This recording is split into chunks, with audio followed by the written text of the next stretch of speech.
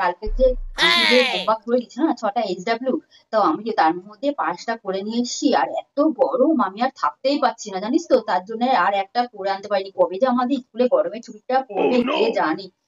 স্কুলে গরমের ছুটিটা পড়লে খুব ভালো হয় জানিস তো।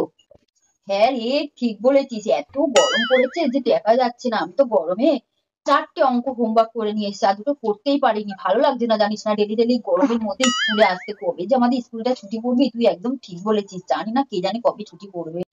সবাই সাইলেন্ট, চুপ চুপ চুপ, কেউ কথা বলবে না, মুখে একটা কোনো কথা বলবে না। শোনো, ভোয়ারজি তোমাদের নোটিশ দিয়েছে, গরমের ছুটির নোটিশ।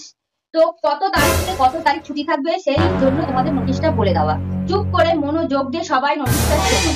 প্রচন্ড গরমের জন্য 12ই মে থেকে 25শে জুন পর্যন্ত তোমাদের স্কুল ছুটি থাকবে। এত গরমের জন্য বর্দি ছুটির নোটিশ দিয়ে দিয়েছে।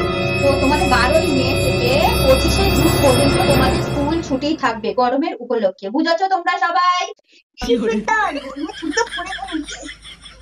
হচ্ছে ভাই, খুব মজা হচ্ছে, গরমের ছুটি পড়ে গেল, খুব মজা হচ্ছে না, কি করে বলবো।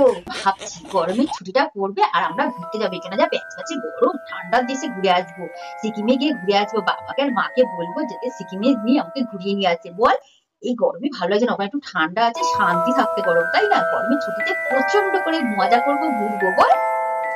হ্যাঁ রে, আমিও ভাবছিলাম যে সিকিমে যাব। তাহলে আমি আর মা বাবাকে বলি, আমি তাহলে তোদের সাথে আমার মা বাবার সাথে সব একসাথে মিলে সবাই মিলে সিকিমে ঘুরে আসবো। বল, এই গরমে ওখানে ঠান্ডায় দুজনে মিলে খুব মস্তি করবো। বল।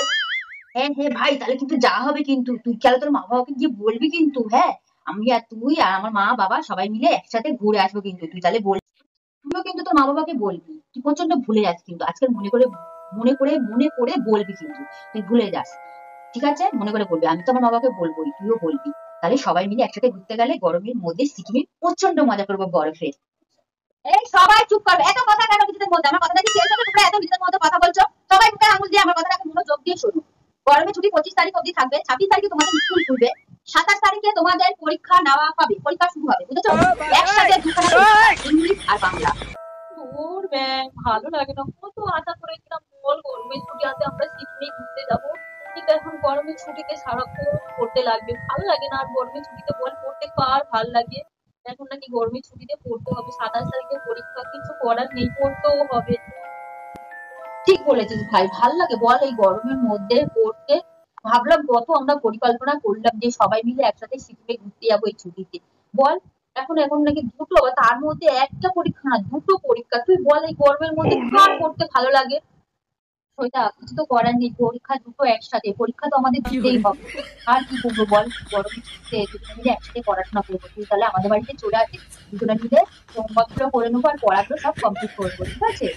আচ্ছা ঠিক আছে, কি আর করবো, পরীক্ষা যখন তো করতেই হবে। ঠিক আছে, আজ একদিন তোদের বাড়িতে যাবো করতে, দুজনে মিলে ডিসকাস করতে, তুই একদিন আমাদের বাড়িতে চলে আসবি, এরকম ভাবে পড়াশোনা করবো। ঠিক আছে? আচ্ছা ঠিক আছে, তাহলে ডান, ওইটাই হবে। ঠিক আছে।